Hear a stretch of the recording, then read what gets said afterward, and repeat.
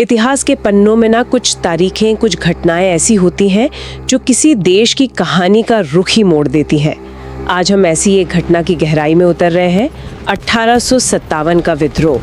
हमारे पास इस विषय पर कई सारे लेख और विश्लेषण मौजूद हैं और हमारा मकसद है इनमें छिपे जरूरी सबक और पहलुओं को सामने लाना।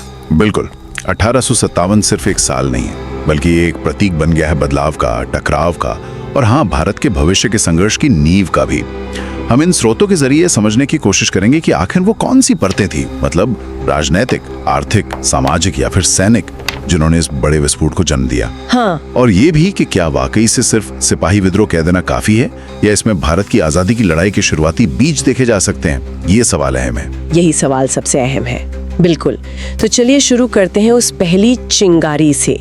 अक्सर कहते हैं ना कि बड़े बदलावों की शुरुआत छोटी घटनाओं से होती है। तो 1857 के संदर्भ में वो चिंगारी क्या थी जिसने इतने बड़े पैमाने पर असंतोष को भड़का दिया? वो चिंगारी थी एक नई तकनीक, कह लीजिए एक नया हथियार, एनफील्ड राइफल। 1857 के शुरुआती महीनों में जब ये राइफलें भारतीय सिपाहियों को दी गईं, तो उनके साथ एक अफवाह वो बहुत तेजी से फैली। अफवाह ये थी कि इन राइफलों में जो कारतूस इस्तेमाल होते हैं उन पर गाय और सूअर की चर्बी का लेप लगा है और इन कारतूसों को राइफल में डालने से पहले दांतों से खींचकर खोलना पड़ता था। ओह, और ये बात तो हिंदू और मुस्लिम दोनों सिपाहियों के लिए बेहद संवेदनशील थी। मतलब ये सीधे सीधे उनकी धार्मिक मान्यताओं पर हमला माना गया। गाय हिंदुओं के लिए पवित्र और सूअर मुसलमानों के लिए हराम, वर्जित। तो इस एक अफवाह ने ना सिपाहियों के मन में जो पहले से शक और गुस्सा बैठा हुआ था उसे एकदम सतह पर ला दिया। इसी माहौल में 29 मार्च 1857 को कलकत्ता के पास बैरकपुर छावनी में एक घटना हुई। 34वीं बंगाल नेटिव इन्फेंट्री के एक सिपाही थे, मंगल पांडे। हाँ, मंगल पांडे नाम तो सुना ही है। हाँ, तो मंगल पांडे ने इन कारतूसों के इस्तेमाल से साफ इनकार कर दिया और गुस्से में आकर अपने अंग्रेज अधिकारियों पर हमला भी कर दिया। मंगल पांडे का नाम तो इस विद्रोह के साथ हमेशा जोड़ा जाता है, पर क्या उनकी ये कोशिश उस वक्त कामयाब रही? मतलब क्या और सिपाही साथ आई? उस वक्त तो वो अपने बाकी साथियों को विद्रोह के लिए उकसाने में कह सकते हैं पूरी तरह सफल नहीं हुए, लेकिन उनका ये कदम एक प्रतीक बन गया। अंग्रेजों ने उन्हें 8 अप्रैल को फांसी दे दी और उनकी पूरी रेजिमेंट ही भंग कर दी। अच्छा, पर ये अंत नहीं था, बल्कि ये तो बस आप कह सकते हैं शुरुआत थी। मंगल पांडे की फांसी ने असंतोष की आग को और ज्यादा भड़का दिया। तो ये चिंगारी फिर फैली कैसे? मतलब बैरकपुर के बाद ऐसा क्या हुआ जिसने इसे एक संगठित विद्रोह का रूप दे दिया? इसके लिए हमें मेरठ चलना होगा। देखिए, मेरठ उस समय एक बहुत महत्वपूर्ण सैनिक छावनी थी। वहां 9 मई 1857 को 3री बंगाल लाइट कैवलरी के 85 सिपाहियों ने परेड के दौरान इन नए कारतूसों को छूने तक से इनकार कर दिया। 85 सिपाहियों ने? हाँ, 85 ने। नतीजा, उनका कोर्ट मार्शल हुआ। सबको 10-10 साल की कड़ी कैद की सजा सुनाई गई और अगले ही दिन पूरी छावनी के सामने उनकी वर्दियां फाड़ी गईं, उन्हें बेड़ियों में जकड़ दिया गया। ये अपमान ये बर्दाश्त से बाहर था। और इस अपमान का जवाब फिर तुरंत मिला होगा। बिल्कुल। उसी शाम 10 मई 1857 को मेरठ में सिपाहियों ने खुला विद्रोह कर दिया।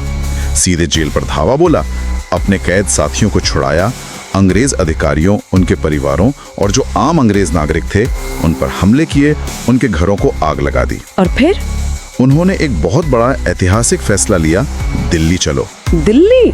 हाँ, मुगल सल्तनत का पुराना केंद्र, भले ही तब तक उसकी ताकत बस नाम की ही रह गई थी। तो दिल्ली पहुंचकर क्या हुआ? 11 मई की सुबह होते होते ये विद्रोही सिपाही दिल्ली पहुंच गए। वहां उन्होंने लाल किले में रह रहे बूढ़े मुगल बादशाह बहादुर शाह जफर द्वितीय को अपना नेता और शहंशाह हिंदुस्तान घोषित कर दिया। अच्छा, बहादुर शाह जफर को? वो तो शायद काफी बूढ़े हो चुके थे उस वक्त। हाँ, काफी बूढ़े थे और हिचकिचा भी रहे थे शुरू में, लेकिन सिपाहियों का दबाव था और हालात की गंभीरता को देखते हुए उन्होंने नेतृत्व संभाल लिया। दिल्ली में जो बाकी सिपाही थे उन्होंने भी बगावत कर दी और देखते ही देखते शहर पर विद्रोहियों का कब्जा हो गया। दिल्ली का हाथ से निकल जाना अंग्रेजों के लिए एक बहुत बड़ा झटका था, एक प्रतीकात्मक हार। इसने पूरे उत्तर और मध्य भारत में विद्रोह की लहर सी पैदा कर दी। तो ये जो कारतूस वाली घटना थी ये एक तात्कालिक कारण बनी, लेकिन जैसा आपने शुरू में कहा था, ये विस्फोट तो कई परतों वाले असंतोष का नतीजा था। वो गहरी जड़ें क्या थीं? मतलब किन वजहों से जमीन पहले से ही तैयार हो रही थी? आप बिल्कुल सही कह रही हैं। कारतूस तो बस वो आखिरी तिनका था जिसने ऊंट की कमर तोड़ दी।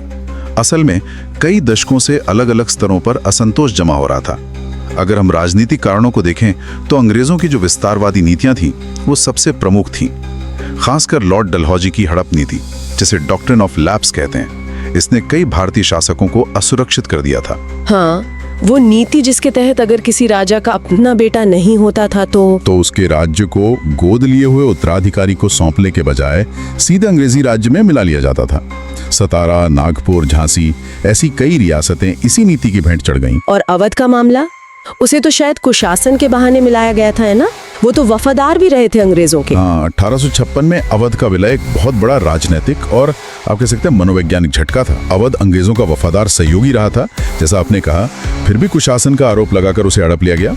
इससे सिर्फ नवाब वाजिद अली शाह और अवध का शासक वर्गी नाराज नहीं हुआ, बल्कि आम लोग और खासकर सिपाही बहुत भड़के, क्योंकि ईस्ट इंडिया कंपनी की जो बंगाल सेना थी उसमें बहुत बड़ी तादाद अवध के सिपाहियों की थी। अच्छा, हाँ। उनकी जमीनें, उनकी हैसियत सब जैसे खतरे में पड़ गईं। और इसके साथ ही नाम मात्र के ही सही, लेकिन मुगल बादशाह के प्रति अंग्रेजों का जो बर्ताव था, जो अनादर बढ़ रहा था, वो भी लोगों को चुभ रहा था। मतलब आम आदमी, किसान, कारीगर, वो कैसा महसूस कर रहे थे? आर्थिक शोषण तो समझिए अपने चरम पर था। अंग्रेजों की जो भू राजस्व व्यवस्था थी वो बहुत सख्त थी। लगान की दरें बहुत ज्यादा ऊंची थी। किसान कर्ज के बोझ तले दबे जा रहे थे, उनकी जमीनें छिन रही थीं। दूसरी तरफ ब्रिटेन में जो औद्योगिक क्रांति हुई उसका भारत पर बहुत विनाशकारी असर पड़ा। इंग्लैंड की मिलों में बने सस्ते कपड़े ने भारत के पारंपरिक कपड़ा उद्योग को लगभग तबाह कर दिया। हाँ, वो डी इंडस्ट्रियलाइजेशन जिसे कहते हैं। बिल्कुल, लाखों बुनकर कारीगर बेरोजगार हो गए। ये सिर्फ आर्थिक संकट नहीं था, ये भारत के सदियों पुराने हुनर का खात्मा था। और सिपाहियों की बात करें तो उनका वेतन भी कम था और भत्तों में भी कटौती हो रही थी, खासकर जब नए जीते गए इलाकों में मिलने वाला भट्टा बंद कर दिया गया। तो ये सिर्फ सिपाहियों या राजाओं का ही गुस्सा नहीं था, बल्कि समाज के कई अलग अलग तबकों की नाराजगी एक साथ आ रही थी। क्या इसमें सामाजिक और धार्मिक पहलू भी जुड़े हुए थे? निश्चित रूप से। देखिए, अंग्रेजों ने कुछ सामाजिक सुधार लागू किए, जैसे सती प्रथा पर रोक लगाई 1829 में और विधवा पुनर्विवाह को कानूनी मान्यता दी 1856 में। आज हम इन्हें प्रगतिशील मानते हैं, लेकिन उस समय के रूढ़िवादी समाज के एक बड़े हिस्से ने इसे अपनी परंपराओं और धर्म में सीधा दखल समझा। हाँ, उस वक्त के हिसाब से शायद ये दखलंदाजी लगी होगी। बिल्कुल। और इसके साथ ही ईसाई मिशनरियों की जो गतिविधियां बढ़ रही थी, धर्मांतरण की कोशिशें हो रही थी, उससे लोगों में ये डर फैल गया कि अंग्रेज उनकी धार्मिक पहचान मिटाकर उन्हें ईसाई बनाना चाहते हैं। और दिलचस्प बात यह है कि रेलवे और टेलीग्राफ जैसी जो नई तकनीकें आ रही थी, उनको भी शक की निगाह से देखा गया, मानो ये उनकी जाति और धर्म भ्रष्ट करने की कोई पश्चिमी साजिश हो। अच्छा, टेक्नोलॉजी को भी शक की नजर से देखा गया।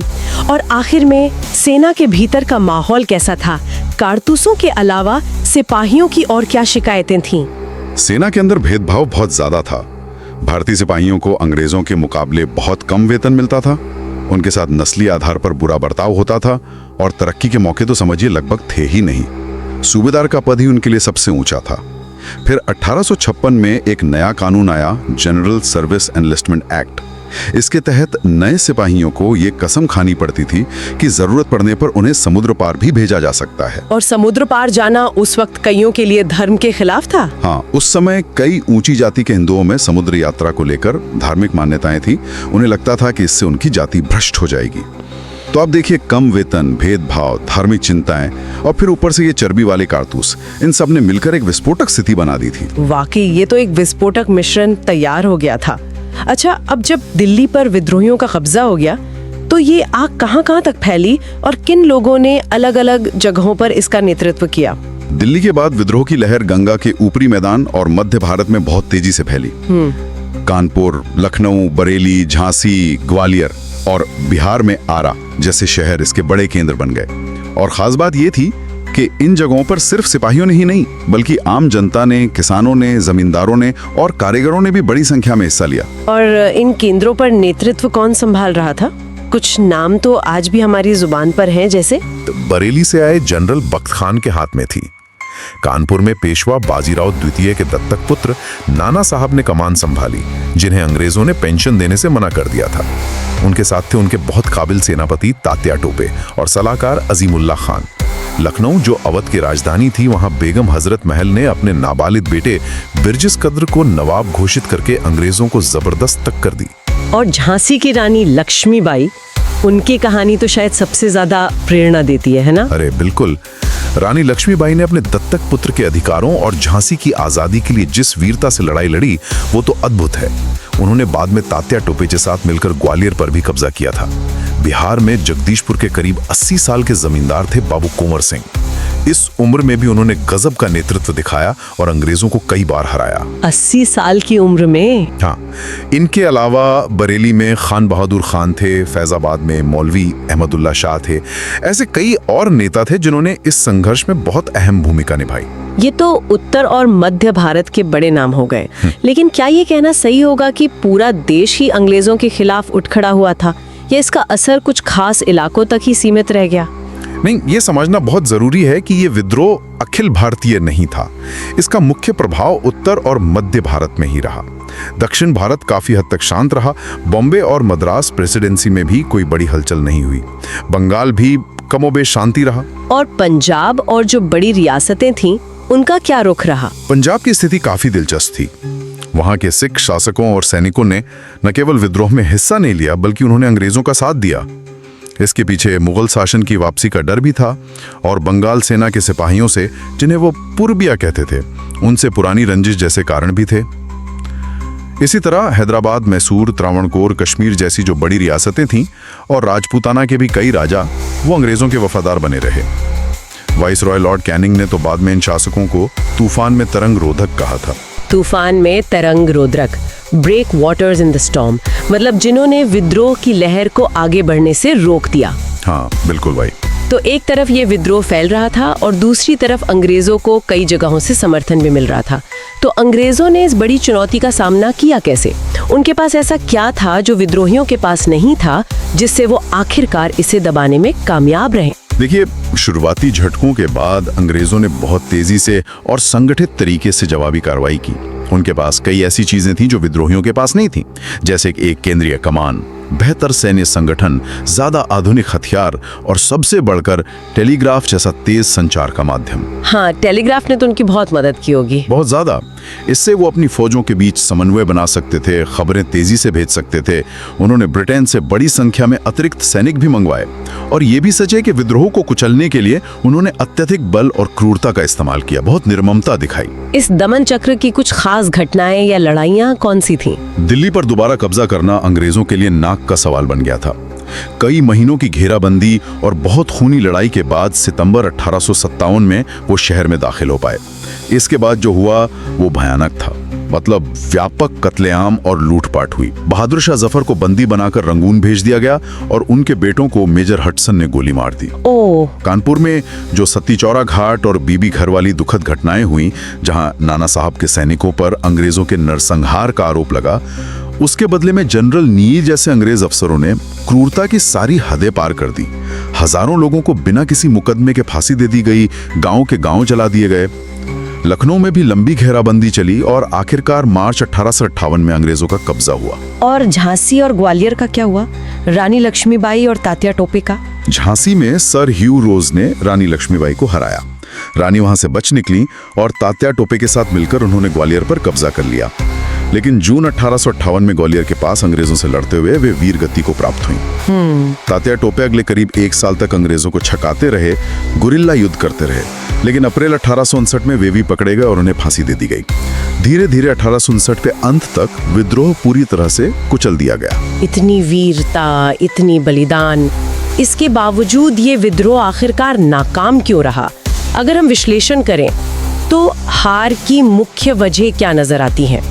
इसकी कई बड़ी वजहें थी। शायद सबसे अहम थी विद्रोहियों के बीच एक मजबूत, सर्वमान्य केंद्रीय नेतृत्व और आपसी तालमेल की भारी कमी।